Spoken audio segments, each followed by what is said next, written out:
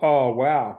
We made it a year on the Boss and the Brewer podcast, which is awesome. So this episode is officially a 1 year celebration. It's episode number 52. It probably has been a little bit more than a year because we've missed a couple of weeks, but we've done pretty well. We've basically done it every week other than when I was moving house and I don't know, one or two other weeks, but we've pretty much done it every week. So this is our official celebration episode. Hendo is here right now. We've got a special guest, a special surprise guest, and another special surprise guest who might turn up. Oh, okay. Special guest is here. So we've definitely got at least one special guest. Let me let Hendo in first, and then we will let in the special guest. Not to be confused with the special. Hooray! Hendo. Hooray! Hooray! Hooray! Happy birthday! Happy birthday. Yeah, I can do that. Oh, you got it? Oh! Wait, let me get a photo of that. You got another one? Wait, I'll get a video. Okay, go. Fucking 20 of them. You ready? Go. 1, 2, 3. Go. I'm filming. I'm making such a mess of my fucking office. Oh, that's awesome. That is awesome. What's going on? I love how you do the old imaginary one. I was like, aha, well, look at what I've got here. That's so cool. How did you have them? Did you actually have them?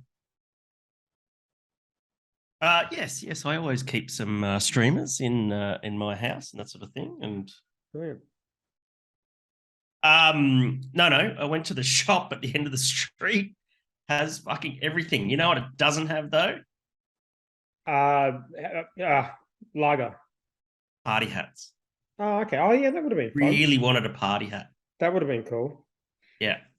And those things that you blow and they go, wow. Oh, yeah, that'd be fun. I don't even know what they're called. What are they called?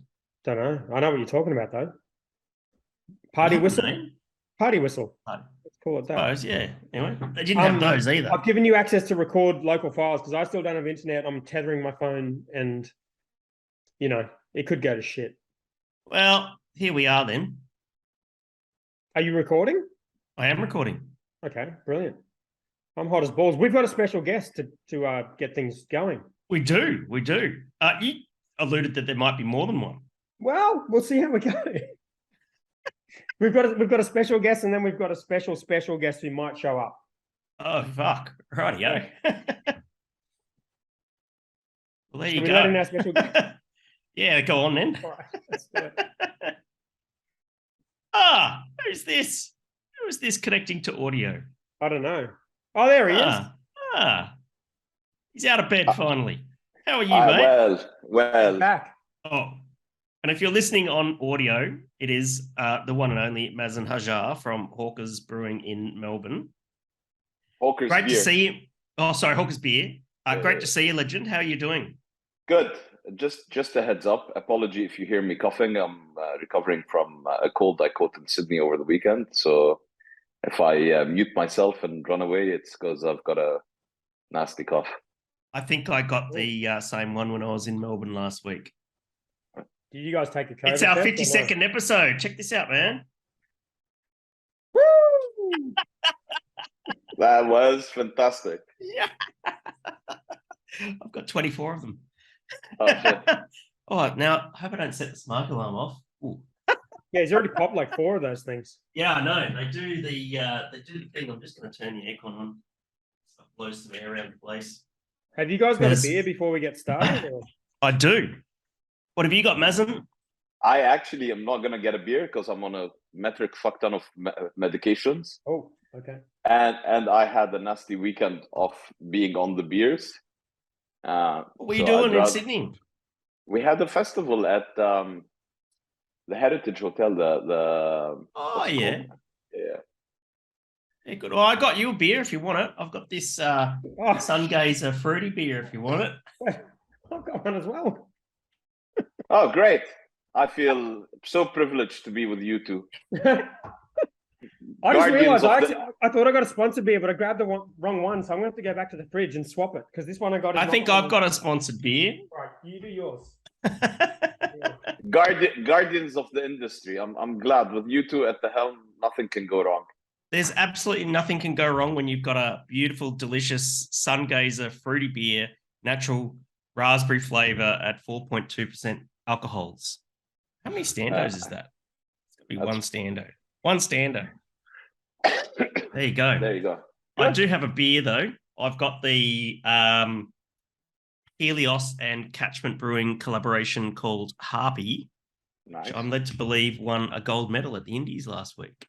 Nice. Shall I pour it into my deliciously clean glass? Have you got the Brewdog full schooner glass? No, it's in the cupboard. Okay. Very orange, very orange. We're all Look at silent this waiting glass. for Look Hendon. at this glass, Mazen. Oh, there we go. That was supposed to be clean. Start talking, Hendo. I want your Hendo face to be on clean. here when I get the photo. Show us the glass again. Oh Again. my god. I Brilliant. can't believe I'm hanging out with you two. my social status, my social standing is just taking a nosedive right here. All right. Oh, we love you, Maz. You lift us up. Oh, that's quite delicious. Very, very West Coast. Very West Coast. Sorry, I'm trying to podcast and Instagram at the same time. So How's are that we working on? out for you? Have we Yeah, we started, are. or We've Or started. Yeah. can I cough my brains out freely? Yeah. What's been happening, Mazen? How is how are things down in Reservoir? Things in Reservoir are quite exciting, actually. We have a lot of really cool stuff going on. Yeah, it's hectic. That's Hectic. That's Well, yeah. this is the busy time of the year, really. We're into that sort of coming up into the peak production of the year in Australia, which is it sort of kicks off in September, and we're well into October now, so everyone's getting really, really busy. And then it's going to get even busier up until Christmas, and then it dies in the ass for a couple of weeks when everyone goes on holidays.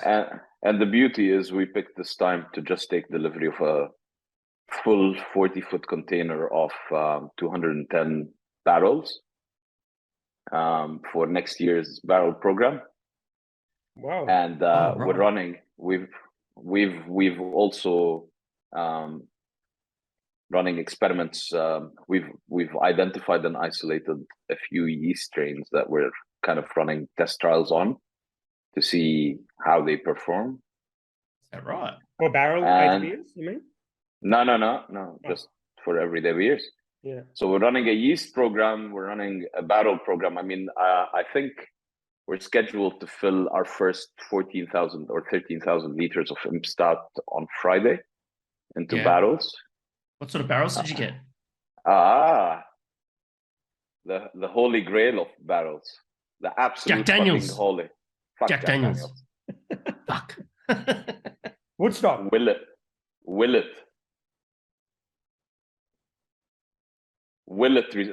barrel aged. Willet bourbon. Well, I'm Google sure it it. will. It will. How do you spell that? Neither of us are fancy bourbon. I drink Woodstock. Is it the same as Woodstock? Nah. None of that barbarian bogan crap. How do you spell it? Willet. Willet barrel aged beers, and you'll find that half of all the top rated barrel aged beers are aged in Willet. $154 a bottle. Nice. It is serious stuff. Can we get some as a sponsored post? Kentucky bourbon whiskey. Next year. It is top of the line. And that's that. I'm just stating the obvious. Those are just the bourbon barrels that we got. We're super excited. Yeah, I mean, right. you should, but we got a whole array of barrels. So, Hawkers likes to dabble in barrel aging every now and then. Where are you putting putting them?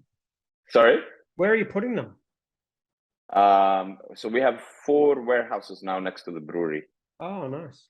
Oh, Yeah. cool.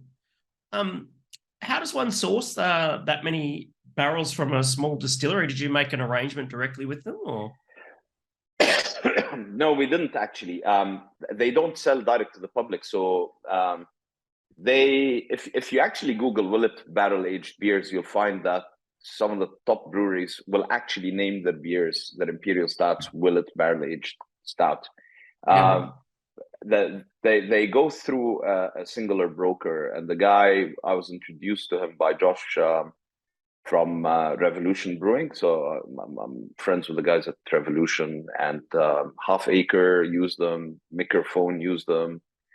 Actually, they're on the blog of Lagunitas, of all these guys. When they talk about barrel aging, they go, "Oh, finally we got Willet," and so I finally begged and kissed a lot of ass for a full fucking year before I got some allocation. But that's not only the cool shit that we got. We got a lot of really interesting stuff coming in as well. Like awesome. More barrels, or yeah, some other barrels as well. I mean, have you got any photos of you kissing any of that ass, or no photos? But I thought you were going to ask him for a photo of kissing that wood. Oh man, you have no idea. They've taken up 2 full warehouses of ours. And the guys just come in every morning. They roll up the door, and the smell is just fucking orgasmic. Nice. Yeah, that's great. Well, you better bloody fill them soon, eh? Because I don't think they. Well, they are going. They're being filled as of this week. We've been holding beer and tank ready to fill. So we've got also some Barbados rum. We have some. What's that? We have some really interesting stuff. We have Bliss maple syrup that has been aged in Heaven Hills barrels. What? Yes. Barrel-aged maple syrup. Barrel-aged maple syrup. So we've got the barrel where the maple was aged in previously bourbon. That sounds getting drunk off pancakes. Sounds fun. Yeah.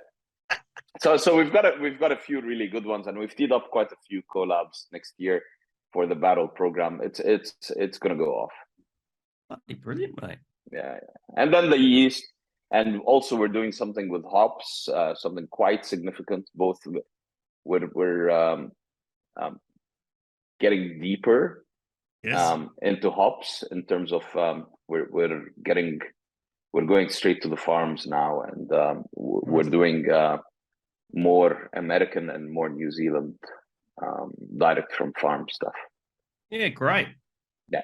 So there's a whole program for next year. Did you or one of your crew head over for the selection in Yakima, or what was the go there? No, we didn't head over for the selection. I think the problem, I would have loved to, don't get me wrong. To be honest, I think selection is great if you have the volume to justify it. Because ultimately, if you select a hop from the US, it's 2.5 tons per hop, per variety. And that's a metric fuck ton of beer that you're making with each hop that you're selecting. Well, whereas what we're trying to do with our hops is we're trying to investigate more the terroir and the harvesting of the hops and the different forms of the hops. I think that's way more relevant than to go and just, I like that one. It smells better than this one. Sure.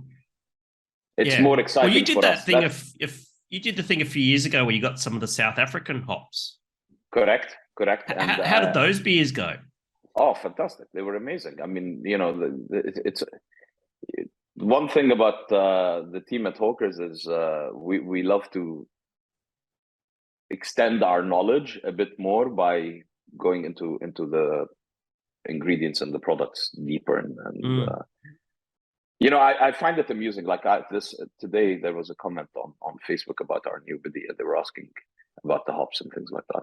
I find it amusing when you get people online who say, I fucking love Mosaic. And my temptation is, no, you don't. You don't know what Mosaic tastes like. You're a fucking idiot. Which Mosaic? Mosaic from Washington State, Oregon, Idaho? Which fucking Mosaic? Exactly. Which plot? When was it harvested? It's like some dickhead who says, I love Shiraz. Which Shiraz? How was it treated? Which year? What terroir? How was the weather that year? I was speaking to.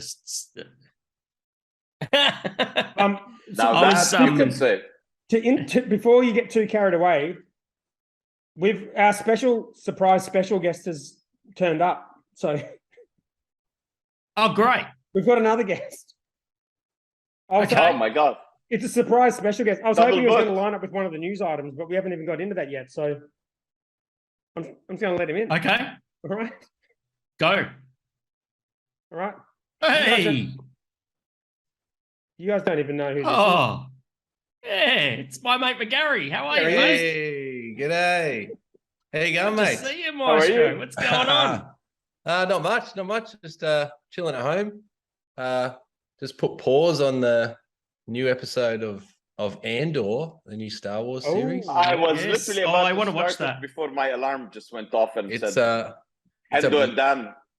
yeah, it's a bloody good episode, eh? It's nail biting at the moment. So yeah, that's been good. I need to finish watching The Mandalorian. Are you fucking kidding mate. me? Yeah, Jay. I second that, Mazen. How the hell do I consider you even an acquaintance? Never mind. I got like I Wait, think because he I hasn't think finished, or because he. no, I got like a couple episodes to go or something like that, and I just got distracted. Oh. No, I've got it all going on. I got the Star Wars. Oh, look at that! That'd be cool and everything. What beer you got there, mate? Big fan. Oh, just a little Eddie. Yeah, nice. Little mid-strength. I'm recovering from a bit of a sweet cold. Oh wow! So everyone I'm smack in the middle of it. has a cold. Yeah, it's. I think the whole of Australia's got one, eh? Wait, except for it was me. terrible. Except for me. Hey, We can cough on him. which healthy brings me to my announcement. healthy lifestyle. I got to make my announcement. Hey, congratulations on the big win this week, Christen, with the Your Mates crowdfunding, mate. That was huge. Yeah, cheers. It yeah, still kind of reeling from the frenzy, the hecticness that was yesterday, eh? It was 2.5 million in, I was told, 1 hour and 18 minutes. Is that right? Yeah, pretty much. Yeah. We had like a little window before that where it was we emailed the link out to like family and friends just to make sure that they didn't miss out, and then yeah, I just still spinning. It was crazy. That's insane. And smashed our record. It smashed the record. I've won a bet with Dan on it because I said 3.5 million, but we weren't going for that much. So you said you won a bet with me? Yeah, it's an under over. You lost the bet though. Why did I lose the bet? Because you said it would be 3.5, and I said it wouldn't be, and it wasn't. Yeah, well, they weren't allowed to go to 3.5. They didn't. So they I didn't fucking go won. raise. It was less than 3.5, so I won. No, you can't do that. You can't win. I've already updated the stats. I think everyone won. Christen, can I ask you? Do you think, because it ended so quick at 2.5, do you think how far do you think it could have gone if it went on further, or do you think you just nailed that number? Yeah, no, we there's like another, like, yeah, there would have been 3 if we had have let it go to 3. We've got like that many, like another 500 or 600 on the waiting list. On the waiting list, basically, yeah. So and that's still only after. What was the reason that the number 2.5 million was for the max funding was picked in your conversation with Birchall? Why not more? I just think that's how much we were looking to raise. Like that's what you needed, and that's what we needed, and yeah, we kind of were happy to just take what we needed, and yeah, I think we just kept it simple like that. So where's that going to take you? Where's that 2.5 million going to take your mates now?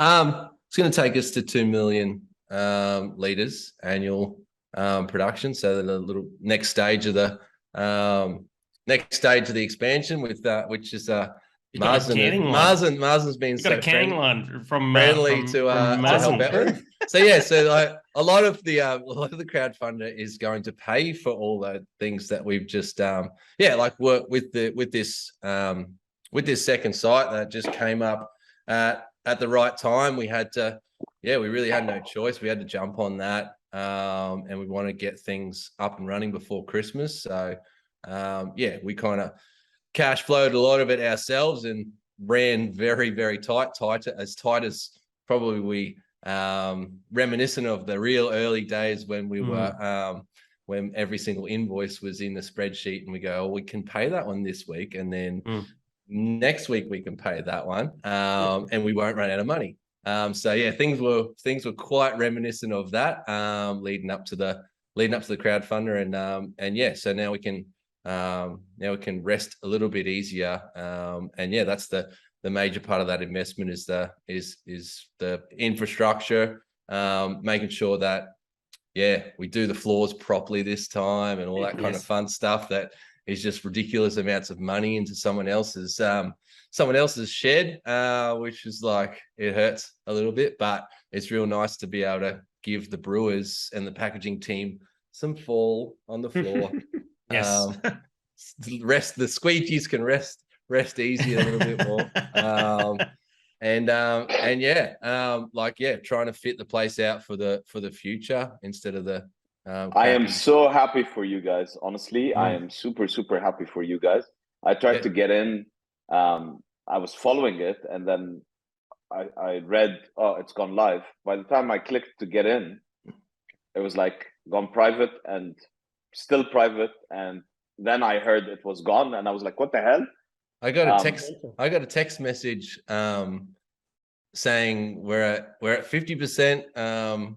You better jump on soon, and it was already done. I looked at the text message and I'm like, well, I hate to have gotten that if I was really keen to get in. Well, to be fair, Christen, you dodged a fucking bullet there, because otherwise you'd have bloody Mazen as your boss. So don't worry, I got lots of staff who are now just going, okay, now that I'm your boss. And I go, well, man, I've actually got to talk to you about that pay rise that I was after now that you're my boss.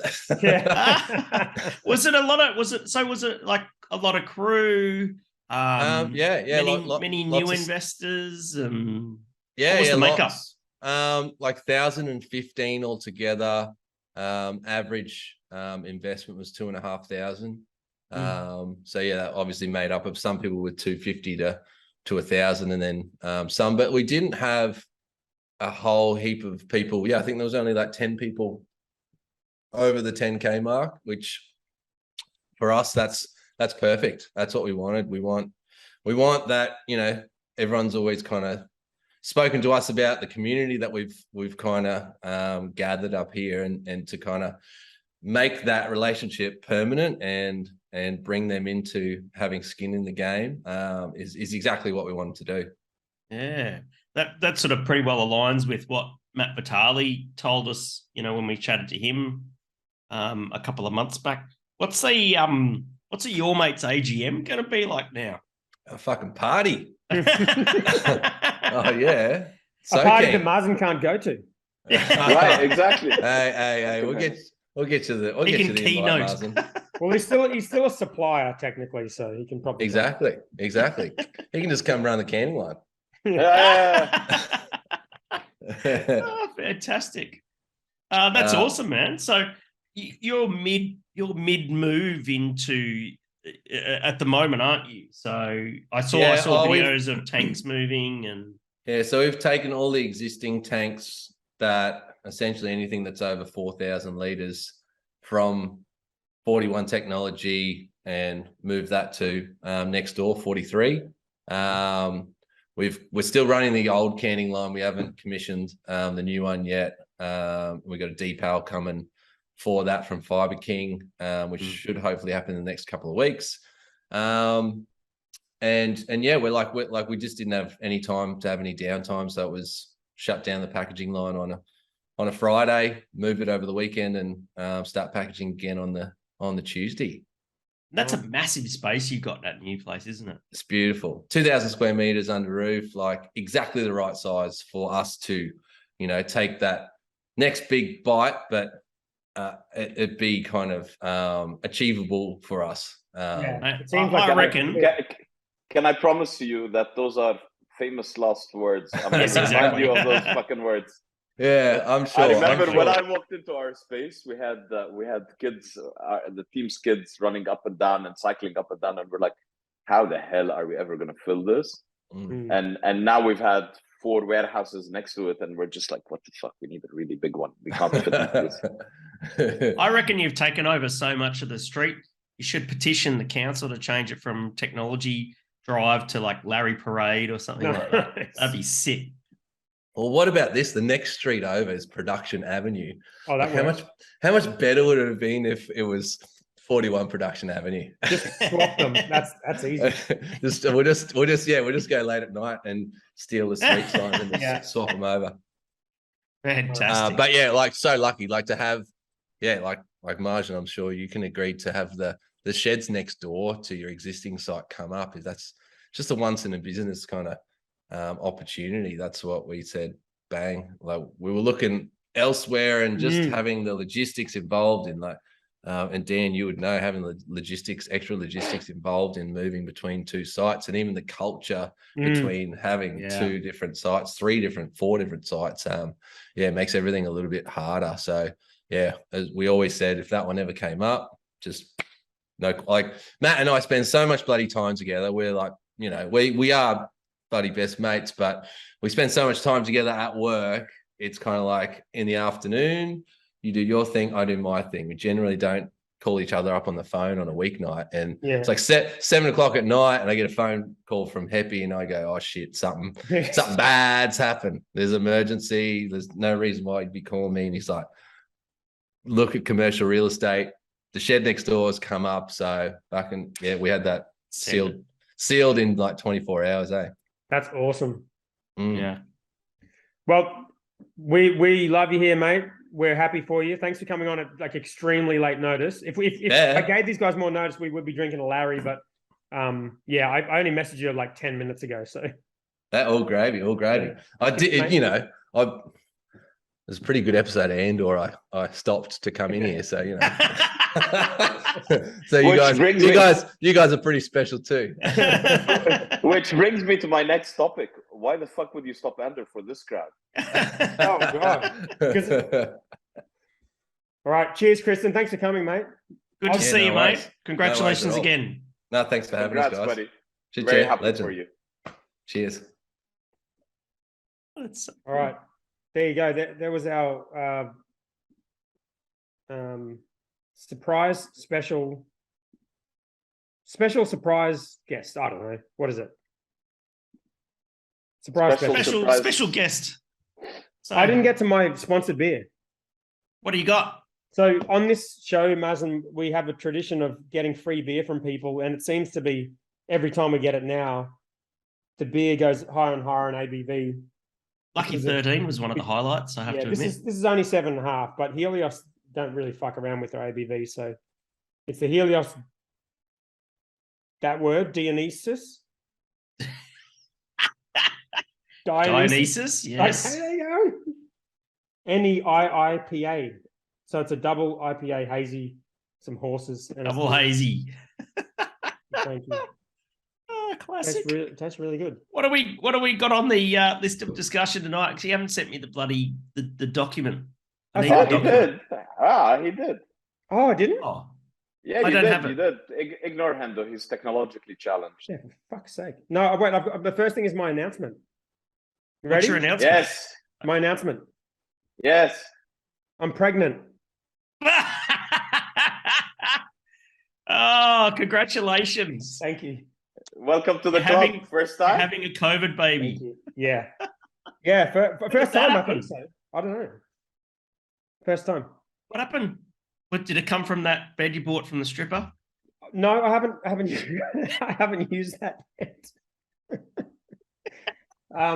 No, my kid Will, he was really sick, and I kind of just left him on the couch for a couple of days.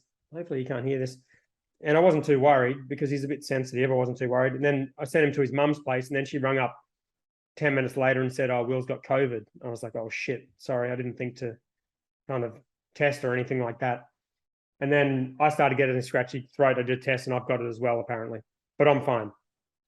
Yeah. And you don't even have to isolate anymore.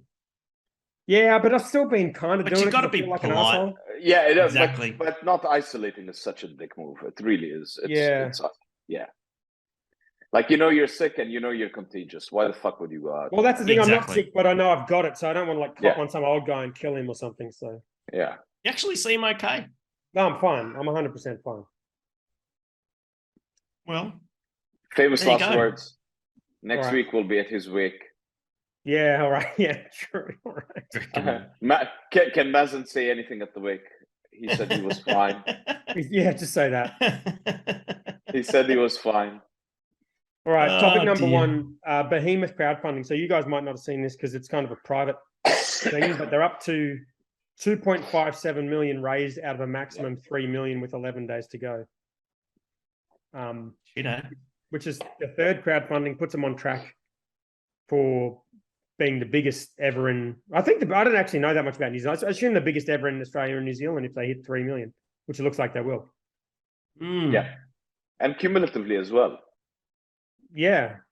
What's going to be their cumulative? The last one was 1 million, wasn't it? I think maybe 1.5, and then the first one was quite small.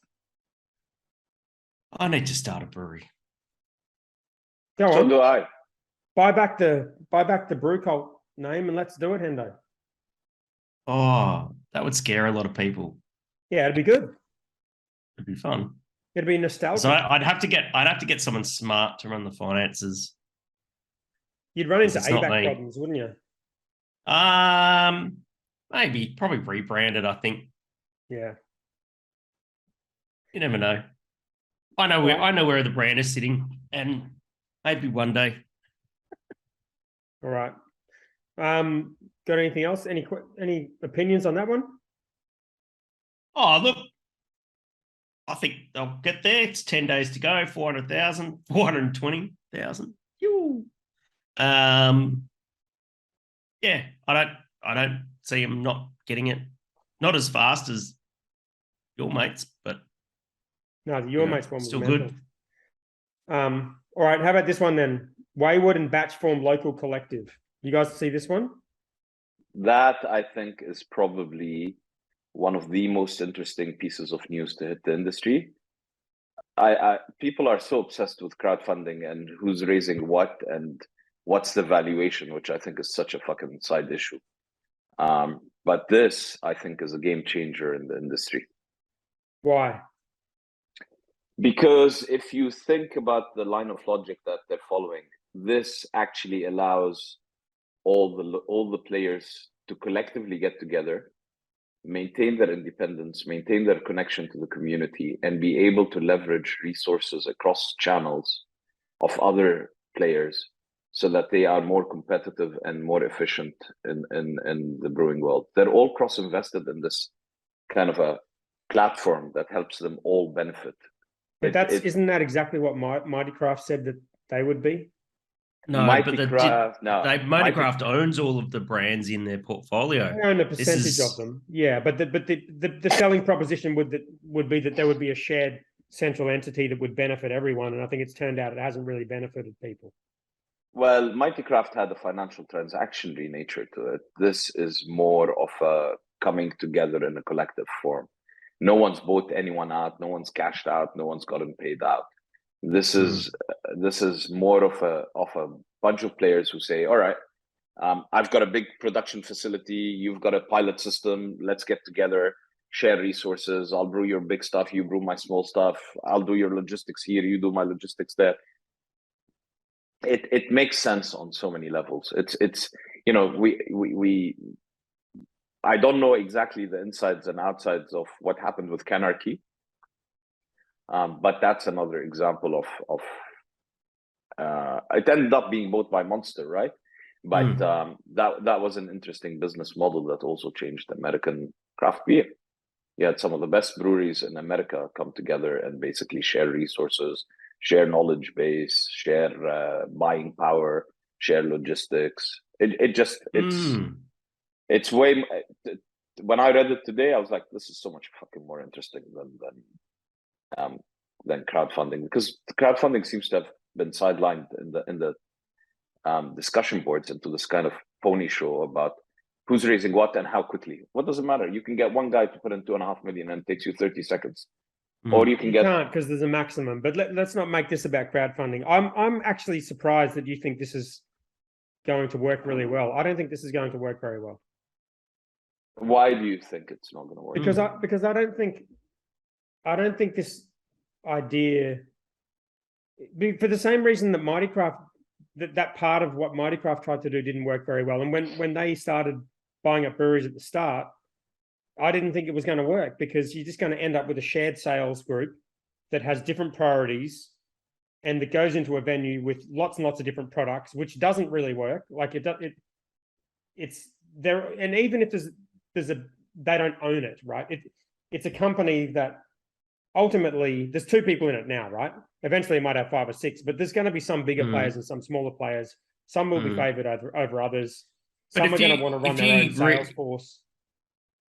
Yeah, if you read the Brews News version of that article, it sort of about that story. It goes into a little more depth about it from the business perspective. And basically what they're sort of saying is that when you come into the cooperative, it's not about that we're selling, you know, the wayward pale ale, because that's the pale ale that's screaming the loudest. When you come into the cooperative, it's about how you complement the cooperative and that sort of thing. Right, but that's what Brews News said. And it's a negotiation. You know, that's what Brews News said about Mightycraft. They called it a revolutionary incubator that was going to benefit all of these brands. Careful. The thing about Mightycraft when they launched was, if you remember, they were founders first. Founders first. And they came to the market providing capital and know-how whenever the founders needed it. That was originally how it was sold to us. You're expanding. You need what? 5 million to take you to the next level. Here's 5 million. We're just going to sit back. You need to tap into our resources. We have a sales team in Queensland. You don't have sales in Queensland. Let us take care of it in Queensland for you until you're ready, right? That was how it was originally perceived. What happened over time was Mightycraft built up all these little completely fucking bipolar split personality brands in their portfolio. I mean, I've been to Newcastle. I've been to Foghorn back when it was separate. It's the last thing I would have thought Mightycraft would have bought, because if you've not been to Newcastle, who the fuck knows what Foghorn is? But they were all the brands they bought. These are the kind of brands that are attracted to something like this. Like the types of brands that want to be part of this are brands that don't want to sell their own product. Well, correct. The problem is they should have. Wayward doesn't need that kind of thing, and Batch doesn't need that kind of thing. Where Mightycraft, I think, personally failed, is they began to be involved in the micromanagement of their brands, and Mightycraft seems to me, as an outsider, to be very top heavy, very determined on a way that CUB does things. They do a brand development. They fucking put the thing, spend a ton of money behind it, watch it take off in the nationals, and they don't really understand the craft beer market. Look at Better Beer. And they finally hit gold with Better Beer. Good for them. I have nothing against them. But look at what happened with Jetty Road. They came in with a product with a little brand from Mornington Peninsula that barely had any presence in Melbourne.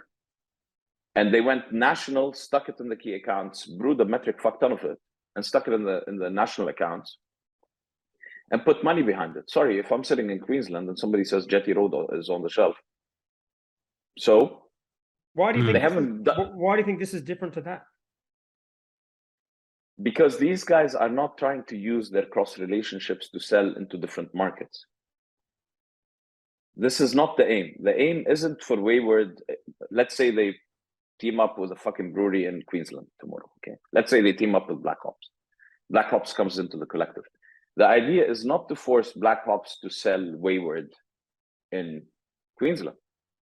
From what I read, the idea is to share the resources and to complement the sales team of Black Hops to give them an additional product. If you have a rep that's doing $100,000 a month in sales of one brand, and you layer on top of him a few other brands that are collectively now owned, you're gaining efficiencies. The family of brands doesn't need that. It doesn't need to have its own representative sales force up there. The Black Hops guy owns the other brands collectively, so isn't fighting for one brand versus the other. It doesn't really matter to him what he sells. You're gaining efficiencies on the sales side. You're gaining efficiencies on the distribution. You're gaining efficiencies on the sourcing of material. You bring your back office into one system, one CFO, all of these things are hundreds of thousands of dollars without imposing onto Jetty Road to brew their pale ale, or Ballistic to brew their haze, or I don't know what else. But these separate companies become one company, right? Is that the idea? No, they don't. They have this No, they don't. That's the beauty of why it works, because Pete Phillips will still be the face of Wayward. He's not. It's not going to be Andrew. So Wayward's a separate company, and then this local independent. This is where this kind of, think of Metcash. Think of all the independent independent bottle shops. They got together and said, we need to buy collectively to be able to compete with Woolies and Coles, right? And so they all jumped onto Metcash as a buying power, and Metcash basically took care of all the headaches that these guys needed to take care of. But it says, sees brewers go all in. Everything they sell goes through the new company, with share of ownership and profits calculated based on what each partner brings to the table in terms of venues, wholesale reach, and so on. So that reads to me like it's all of your sales that go through it. The ownership is based on the percentage that you hold, which means some breweries are going to have more of an influence than others, which is exactly what ended up happening with Mighty Craft, because the smaller ones ended up just being forgotten about, and the bigger ones obviously won out, which is but the smaller breweries didn't get amalgamated and forgotten because the owners got forgotten, because the owners sold out, and Mighty Craft decided that flogging Foghorn is much harder than selling whatever better beer. So there's a big difference. That like there's no amalgamate. At least this is how I read it. Careful, I don't have any insight onto what's going on. I've been thinking about this. So at what point does the industry begin to do things like this? Because this model has worked in the US and worked very well. It's Canarchy is the perfect example, and I'm about to fly. But why? But why would the perfect example be one that had a bunch of independent breweries being sold to a major multinational? I don't know the details of why they got sold. But I mean, if someone puts stupid money in front of you, wouldn't you sell? Yeah, but I don't know. It's not a perfect example, is it? But I don't know the reason why they sold. I know because I am very good friends with the guys at Three Weavers. I'm literally about to fly there on the 12th next month for their 8th anniversary. We're launching a collab beer with them. They, in the time of difficulties, when they needed support logistically, they're out of a certain thing. Hey, Oscar Blues, do you have some excess hops? Oh, I bought too much of this hop. Do you need it? Take it. Collectively, we're going to talk to MicroStar and negotiate a better deal on kegs. Those kinds of things. And eventually, when Three Weavers felt that they wanted out of Canarchy, they bought their share back and came out of Canarchy. Mm-hmm. So it's not a one-way ticket. Whereas nobody can buy their company back out of Mighty Craft unless Mighty Craft decides Spark just did. I don't know if they bought their company. I think I got out of it. I think Mighty Craft just gave it away. Yes. Yeah, but I don't know. I think you got to be careful, because you read a press release and like Wayward raised money via crowdfunding not that long ago, saying they were eyeing an ASX listing, and now this press release says they're forming this collective of brewers to list this on the ASX. That's a pretty big change in a very small amount of time. I think you're misunderstanding what the structure of it's going to be, mate. They're still separate brewing entities. Well, it can't be if they're going to list the company on the ASX. Like, where's the value in the company if they're going to list the whole thing on the ASX? No. Have you read the Brews News version of that story? No, I've read the Crafty Point one. You should read the Brews News version, because it goes a little bit more into the business structure side of it. It's not that they're merging or anything like that. It's like they're all of the members of that co-op are investing in a central entity that is going to look after logistics, procurement, right, sales force, all that sort of stuff, which they can choose to be part of, probably, or not, I would imagine. I wouldn't know the details. I'm not privy to any of the details. I'm good friends with both of them, as a disclaimer, just all three of them actually, with Chris. But I think they are very passionate about what they do. I think they see the writing on the wall. if people think that the inflationary pressure we are under right now and the pressure on resources and supply chain logistics and all this kind of stuff and the pressure on the consumer in the market are here for just this interim period, then people are definitely not reading the market correctly. I think, and people go, Ukraine put pressure on energy and wheat. Well, semiconductors is a bigger pressure. I tried to buy vans. I called Ford, and they're not taking orders for 12 months. If you're a company that needs to get logistics done, you're fucked. So the whole economy is we're still not seeing the total impact, and we're not seeing the thing about rising interest rates is this is taking money out of your average mortgage in Australia is $800,000. We've gone up what 2-3% now in interest. That's $16,000 to $24,000 extra a year that a family needs to cough up in mortgage. That's consumer disposable income that they used to spend on multiple things, on vacations, on things like that. And we're not stopping there. The market is going to get more challenging. People are holding on now. They see a bit of a bright light because we're heading into summer after what was one of the worst winters. I mean, if you look at Dan Murphy's figures, they're fucking terrible. We're all pleased because the bars are doing better, but we forget that the bottle shops are eating shit right now. And we're not in the clear. We are not in the clear. And this is not assuming we don't get another variant or some shit that's going to lock us down again. China's still in fucking lockdowns. Semiconductors are still fucked. The global geopolitical environment is still fucked. Yeah, 100%. Dan's pregnant. Fucking hell. You're freaking me out, Mazen. When you said it took me like about 10-15 seconds to realize that when you went to go buy some Vans that you weren't talking about shoes. Okay. I wonder why it was ringing forward. What are you ringing forward for? Get some Tesla. What are you ringing forward to buy shoes? My only point is it's going to be a lot of IPOs. Like the Wayward said, they're going to IPO. Now this whole entity potentially going to IPO. That doesn't add up. And when the whole Mighty Craft thing came out, it was all positive, all glowing press. It was this revolutionary incubator. And I think we have to be careful because let's see what happens. I think something's done. Well, they said they've got a Victorian brewery in the works.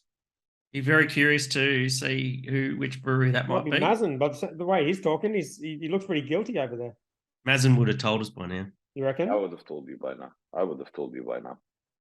I'm shit at keeping secrets. It's not my thing. I'm anything that I just told you about the fucking barrels I bought. They do sound pretty good. I mean, no, but look, I can't remember. Was I talking to you, Dan, a while back about something like this? No, I probably didn't answer your phone. Yeah, fuck it. I don't understand why. It's called the mobile because you can shove it in your pocket and answer it at any fucking time.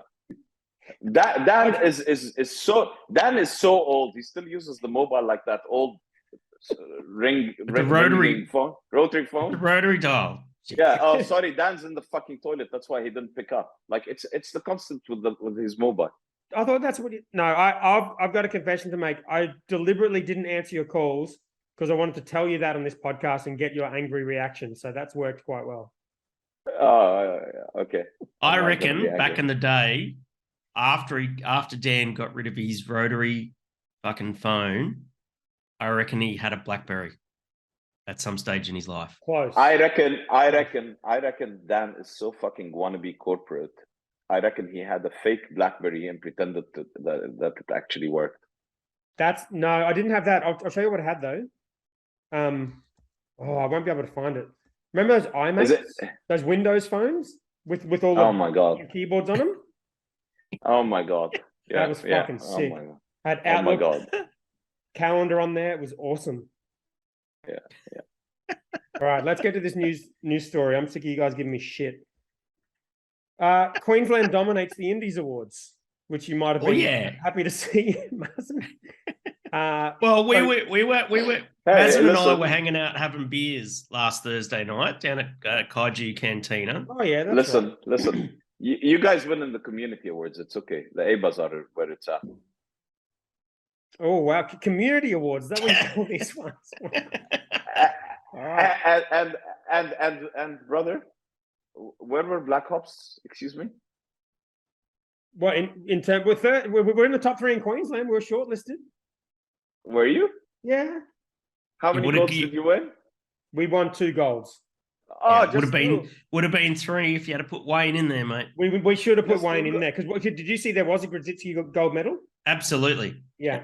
So you won 2 golds. Yeah. Yeah, that's good for you. How many did you get, Mazen? Did you say 4. that's good for you? Yeah, 4. This 4 motherfucker. golds. How many Why this guy?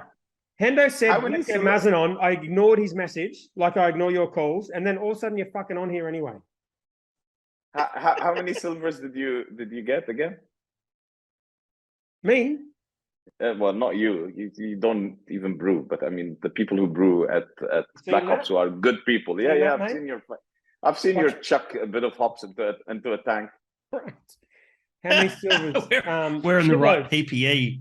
Shitloads. I can't remember how many. Most of our beers got silvers or gold, but yeah, can't remember. Maybe. Well, maybe I want to say that I'm particularly proud of the Froth Rookies, the TAFE Queensland Brewery.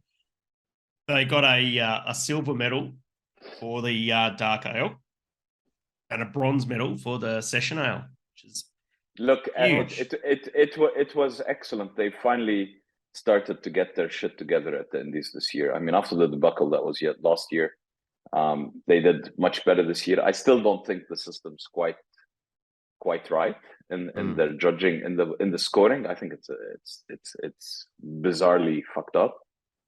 As in how they tally up the trophy winners. Yeah. I think that it's a joke. I didn't realize it was that bad until it happened to us. It was kind of bizarre. But it needs to be like the Brownlows, I think, where there's like transparency in the count, and then you get revealed the winner at the end and that sort of thing.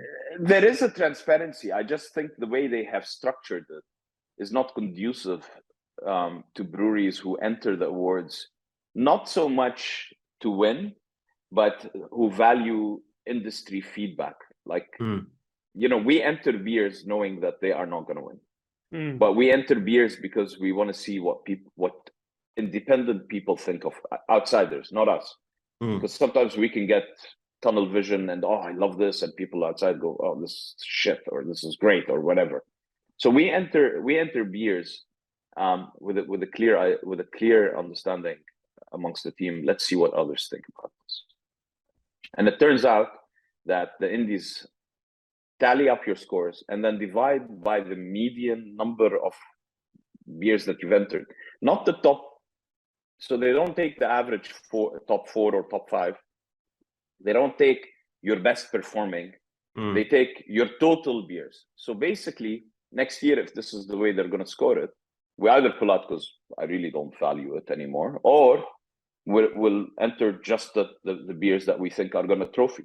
And then so you're saying you're penalised in winning the state or champion small, medium, large brewery trophy because of the number of entries that you put in. Correct. I mean, we did that. How many beers did you put in this year? I can't imagine. I think maybe 25. Holy shit! Fucking hell. Fucking money from Mazen. Exactly. It's fucking $300 a pop. Where's your secret crowdfunding round?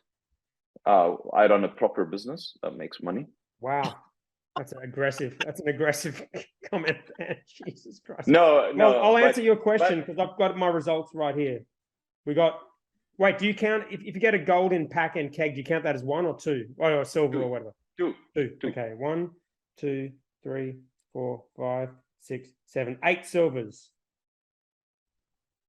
12. Okay, well, it's not a competition. I mean, it is a competition, but you entered 50 fucking beers. We only entered 1, 2, 3, 4. We only entered 7 beers. Dad. Yes. You and I have had this competition for the last 4 years. Don't come on this fucking podcast. How many? You just said ABAs are the best, most meaningful trophies of them all, right? You said that. Yes. How many ABA trophies do you have?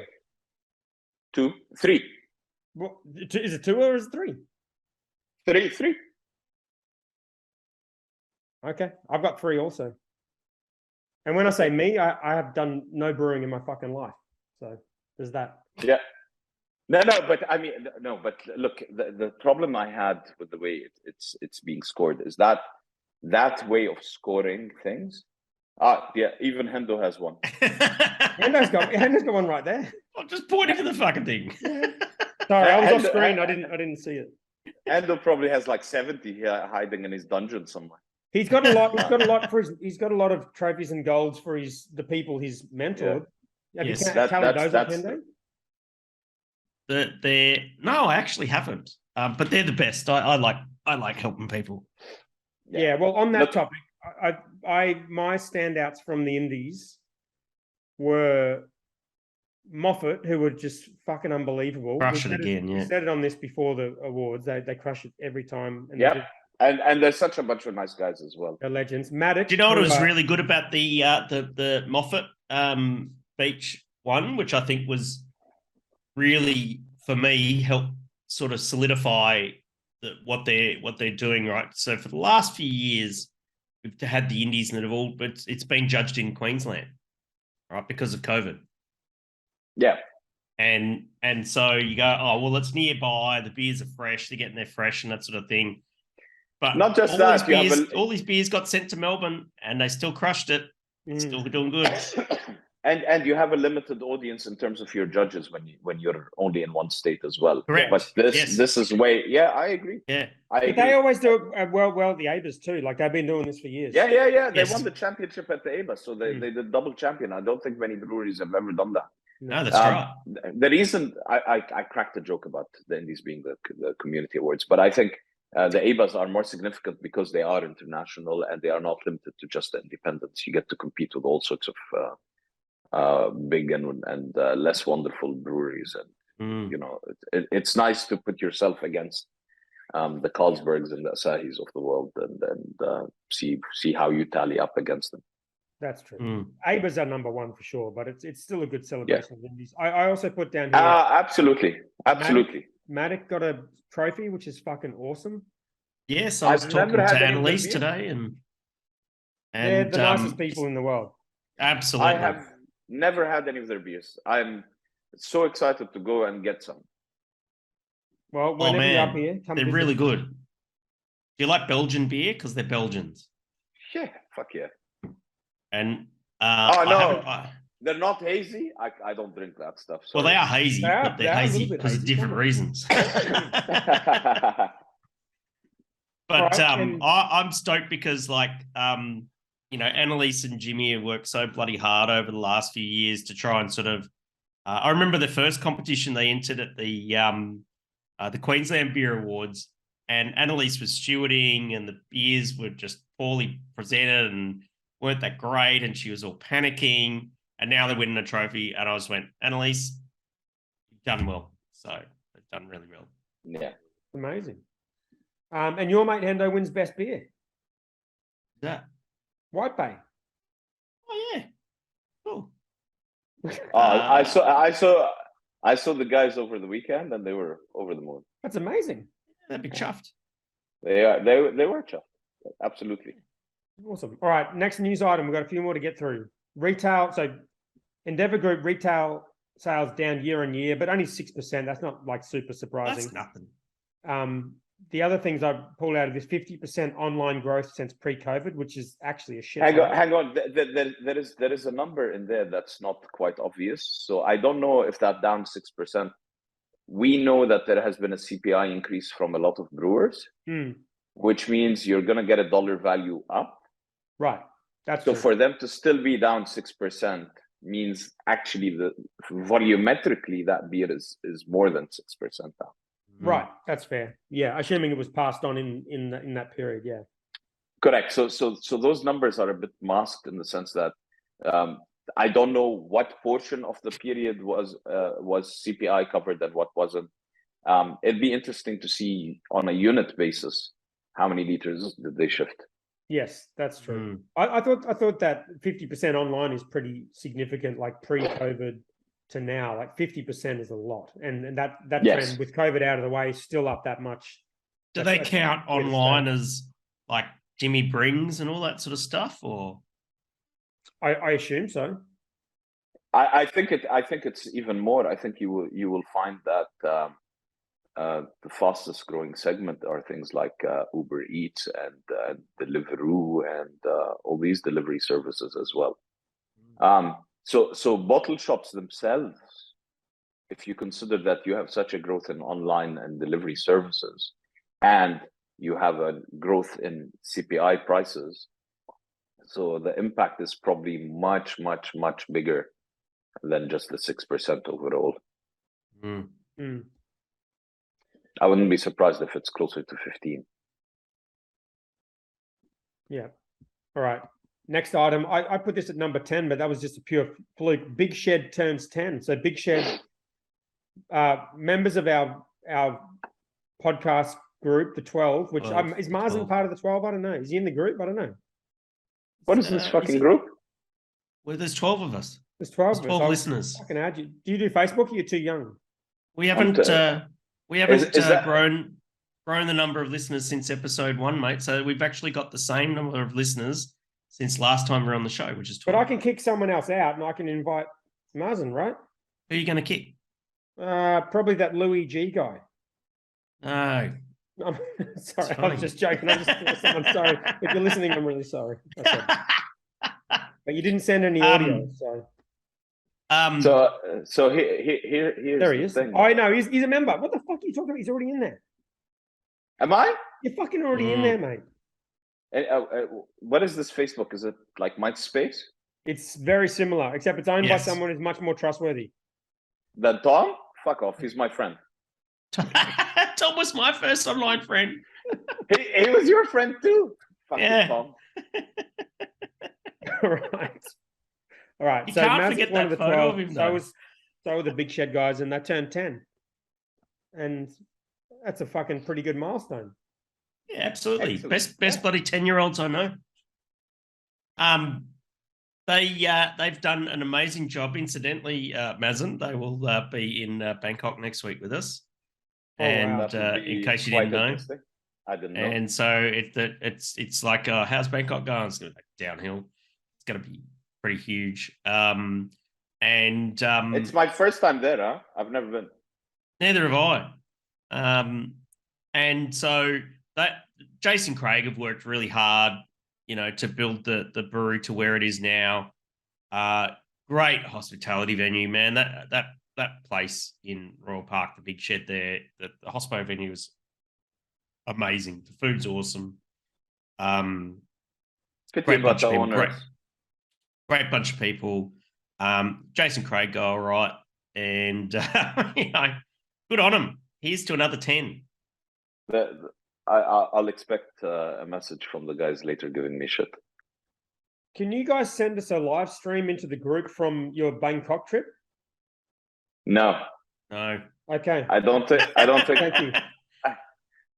I don't think what me and Hendo intend to do together constitutes acceptable behavior in the group. What he means is not actually together, but doing the same thing at the same time. I don't want to know any more about this story, but I will tell you one thing about Bangkok. When I went there, I learnt that if you drop money on the floor and you stand on it, you could go to jail. So don't fucking do that. What? Are you serious? Yeah. Don't say anything Why? bad about the king. Oh, because it's got the king's head, of course. Yes. Oh. Yeah. You got to be careful of that. Actually, when I was there last, it was when the last king died. Yeah. And they said you couldn't drink alcohol the whole time for the whole fucking place. So, Well, they actually have a rule in that you can't buy alcohol at a liquor store between 2 and 5 p.m.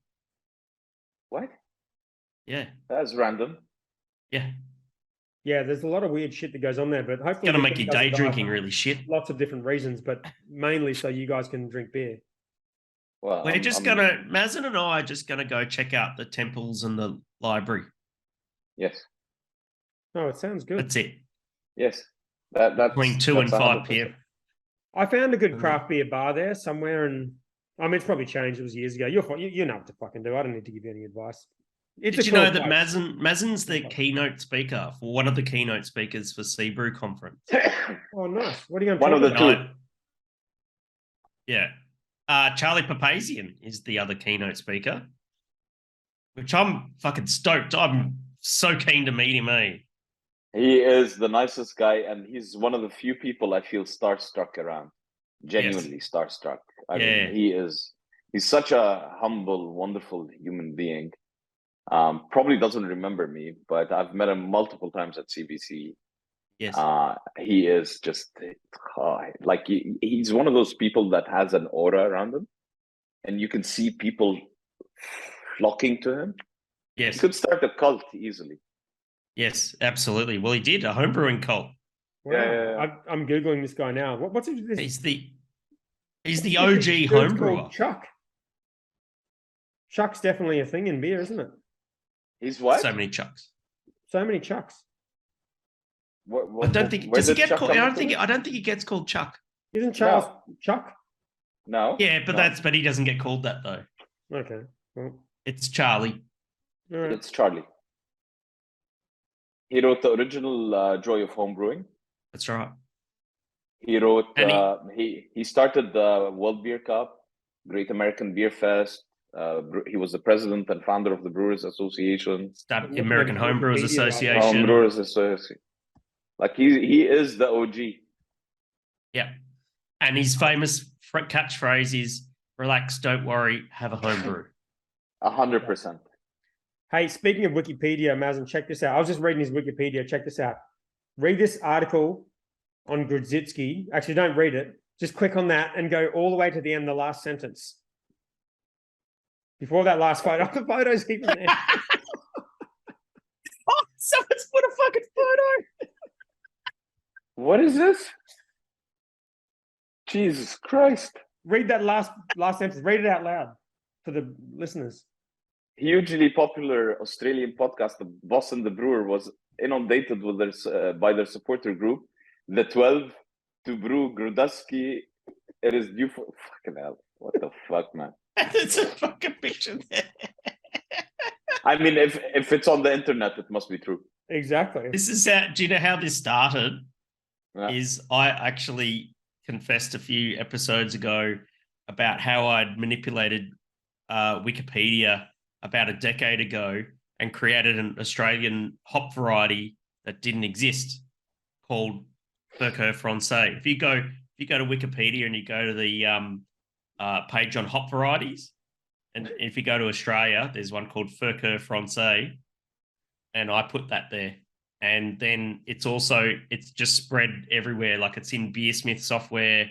It's for sale in places. It doesn't fucking exist, but it's for sale. You can buy it. And it's called Furco Francais because it sounds like French fucker. And I was so drunk when I wrote that Wikipedia. I was at the tap house at the one of the first Gabses when it was at the tap house in St Kilda, and we met the dude who was the original the guy who invented Amarillo. Oh yeah. Yeah. So anyway, that's it. And so someone's decided, one of the 12 decided that they're gonna deface Wikipedia with Boston Wayne Grodzitsky. Information. Hopefully, we become the main photo on there. You can make it that. All right, there's a challenge for Paul. If it was it Paul? It was probably Paul. Probably Paul. All right, one more. There was just before I get to these messages. All right, one more. Do it. IBA nominations open to be on the Independent Brewers Association board. Mazen, you signing up or what? Do it. Signing you up. Sure. No, I'm not part of the Independent Brewers Collective. I'm missing the joke here. I'm not part of anything. I don't know, that collective thing you were going on about that was so awesome. I thought it was awesome, man. So what do you think? So every time I think something is awesome, I have to be a part of it. I think black hops are awesome. I don't own any shares in your brewery. That's because you didn't get in quick enough. I think Hendo is awesome. I have no vested interest in Hendo. Oh, this is so nice. This is turning into a love fest. Doesn't own any shares in me. A nice little threesome right there. I know. I'm going to answer your calls more often. All right. So what do you reckon of this IBA thing? Worth it or not? I used to be on the board of directors of the CBIA before it was the Indies, before it was the IBA, sorry. Until the IBA focuses on the only two things that are relevant to independent brewers, it will continue to be an event organizing committee, as far as I'm concerned. Can I guess what they are? Go on. No, wait, I'll guess one of them, Hendo. You have to guess the other one. Mm-hmm. I'll guess tap contracts. Fuck, I was going to say tap contracts, and I'll say excise. So, excise. That's it. Market access and excise reform. That's it. Safety committee, Hey, documentation. put your Dan, put your hand up on your left, and I'll high five you, like on the side, like that. There we go. So where are you? High five. Okay, that'll do. We're in different positions, but that's cool. Yeah, you're on my side, so Hendo's way below. Hendo, you need to do I'm one like of these. Brady Bunch. Yeah. But I mean, unless I can influence those two things, I don't need additional work on my on. It's a bit of a catch-22 situation though, because the IBA needs money, and what makes money is events. Fantastic. So let's organize a fucking consumer-facing event like the Brewers Association in the US that has Great American Beer Fest. Yes. The Brewers Association in the US does not live off the IBA's money got from good beer. membership. Good Beer Week is very different to having a beer festival that brings money direct to the Brewers Association. Right, that's Good true. Beer Week is a collective of events where the individual venues make money and pay a tiny little minute contribution to keep the thing organized. This is not fucking money in the bank. They also didn't run it, did they? No, the Brewers Association in the US makes $27 million a year from Great American Beer Fest. Fucking hell. So It's a pretty big festival. we need to get our mindset around, stop moving BrewCon around because everybody gets a participation award.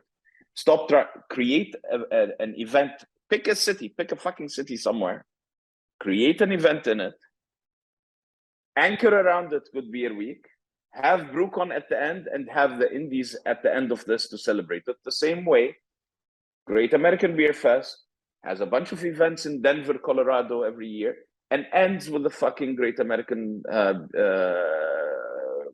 the Gold Awards and whatever, that award ceremony at the end. Yeah. Right? That is what will bring money. And then we can hire a proper economics unit. We can hire a proper lobbyist into the government, and we can get shit done. Right now, we jump on the board for a rotation of 3 years. You have to be at least a year in before you can take the chairmanship, and you're out 2 years after that. By the time you say hello, good morning, and you've gotten your way in, you have had zero time to implement anything. And this is why we continue in this vicious cycle. All right, Matt, that's a platform for Mazen to run on. Okay, so I'm definitely voting for Mazen to join the IBA. I'm voting for Mazen. I've got my two ideas for the IBA. So when I don't join, give Coopers lifetime free membership, and number 2, start a podcast. They're my two. Yeah. What do you got, Hendo? So, When you don't join the IBA, what do you got? I don't think you should give Coopers free membership, but they should be able to join. Why not? They've been disrespected for not being referred to as independent when they're the godfathers of independent beer. They're owed free lifetime membership. I don't think it should be free because they won't join. They won't pay to join. Why would they? I think at some point the IBA needs to. The IBA needs to accept that Coopers is independent within its definition, the same way the Brewers Association accepted Yingling in the US. That's right. Not a very popular decision. They brew lagers with adjuvants in them, but they do it because that's the traditional way that they used to do it when they still had high protein barley in the US. Yes. And they haven't changed the recipe ever since. But that's called the Craft Beer Association, right? No, that's called the Brewers Association. Brewers Association. Yes. Okay. So. And for years they were struggling with the idea of how every year they'd lift the cap to keep Sierra Nevada and Sam Adams in. Yes. Sam Adams specifically, actually. Yeah. Okay. But eventually they got to the point where they had to let Youngling in. Which was 50 times bigger than fucking Sam Adams. Yes. All So right, yes, I you think we got need a to platform to run on or no? Yeah, but see, again, we're debating semantics right now. Tap contracts, excise, and Coopers is guilty of tap contracts, and Coopers, until they support other brewers in the industry, I think whether they're in or out doesn't really make much of a difference. Yeah, but I think if you're gonna champion the idea of independence but not include the biggest independent company in the country, it doesn't make sense. Call yourself something Because else. the biggest independent, because the biggest independent brewery in the country isn't championing other independent brewers. Yeah, but neither are most other independent brewers.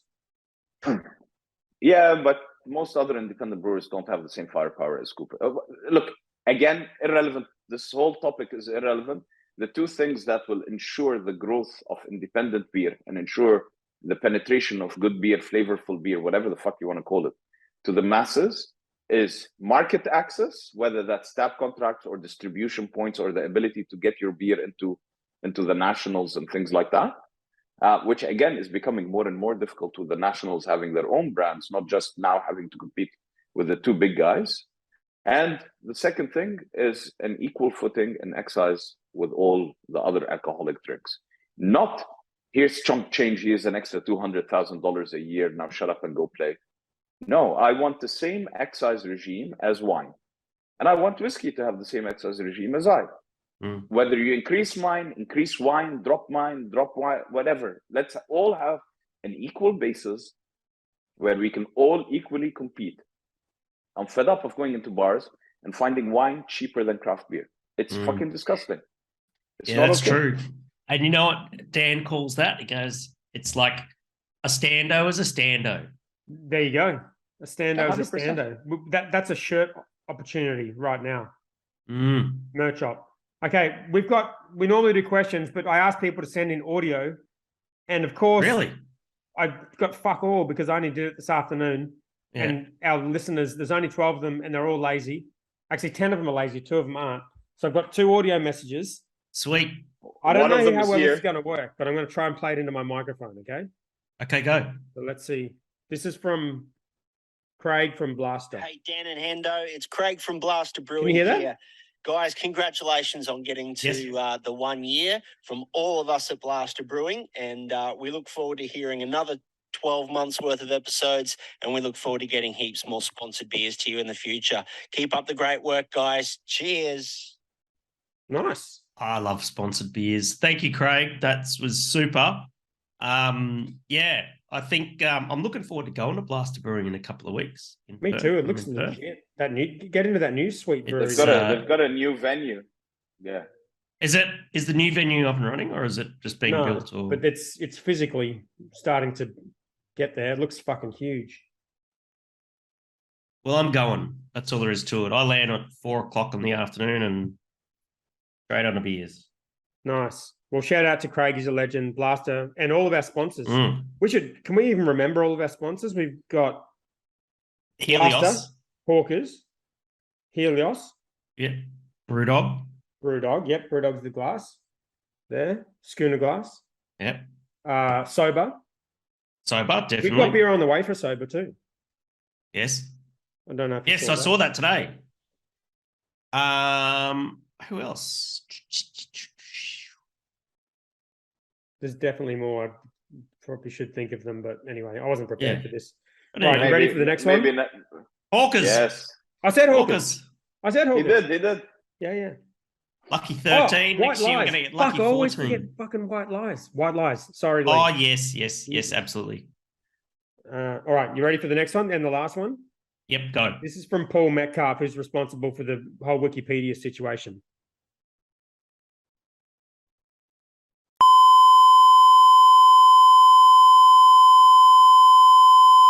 Fucking hell, all right. Fucking.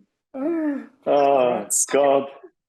Oh, my God. Oh, look, I got to admit, that's one one of the highlights of the year was when I was renovating this fucking place and going through the motions of renovating it and the weekly trials and tribulations. It was so fucking hard to renovate this place, but I got it done with the help of a lot of good friends and my mum and all that sort of stuff. And thank you to the 12 for the inspiration for Lexicon Half. It was fucking sick. Mate, look and look National no Tiles as well. I painted my whole house Lexicon Half. It's a fucking sick color. Oh, it's so good. awesome. Wow, that was amazing. On that note, let's wrap this thing up. Yeah, thank you to the 12 and everybody for listening to us. Dan and I just do this just for shits and giggles on a Wednesday night. We don't really monetize it. It's just like we've just got nothing better to do except talk shit and make all of you guys laugh. And thanks for coming on that journey. And get abused by me. Yeah, but we get abused by you anyway, mate, because that's just how it rolls. And Not if you don't answer his phone call. Yeah, that's right. But thanks for enjoying unprofessionalism, more crowdfunding, being dickheads. And shit posting. That's it. And shit posting. And thanks, Mazen. I think before this episode, for most of the year, your episode was the highest downloaded episode, and then it was overtaken. So let's see if this one reclaims the top spot. I feel like it might. I feel profoundly honored that I'm even allowed back on, knowing how my phone calls are ignored, which I only do twice every year on the day that I'm supposed to be online. I love how it sounds like I call you every day and you ignore it. It was today twice, but yeah, all right, I'll play along. And thank you for taking me away from my Star Wars episode. I'll be heading straight back into that. It was great hanging out with you guys. Right. Sorry, I was sick today. See you in Bangkok next week. You know what they say? Man who walks sideways through doors going to Bangkok. There we go. There it is. On that note, cheers, guys. See you next fortnight. I won't be here next week. You're getting a guest. It's not me. See ya.